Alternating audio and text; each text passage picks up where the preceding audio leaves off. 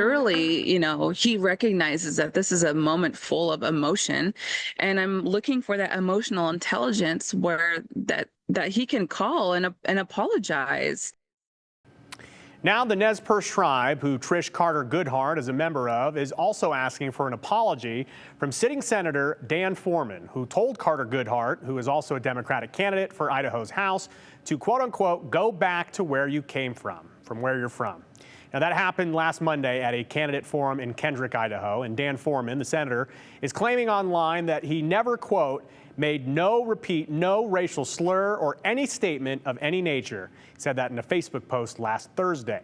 He went on to say, quote, I threatened no one at the forum. This accusation is also patently false. I told my political opponent to stop deviating from the stated rules of the forum and not to repeat the offense during the ensuing proceedings after she violated those rules by making a personal and unwarranted insulting attack on me in her opening remarks.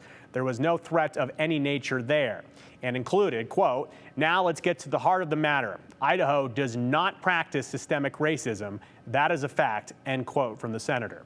But according to Trish Carter Goodhart, he did in fact say, go back to where you're from, which is historically a racial slur for clear reasons.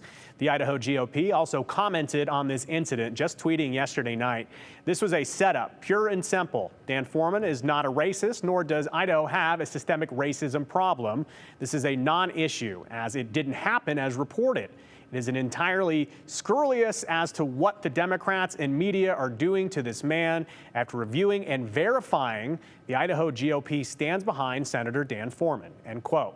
Yesterday, the Nez Perce Tribe gave their own statement saying, given our history in the region, it is difficult to interpret the recent incident as anything other than an attempt to racially divide people while diminishing the value of some relative to others.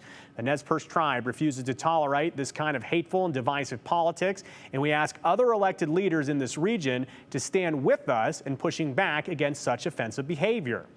The organization CAIR, who defends civil rights of American Muslims across the country, they're demanding an apology from Senator Foreman.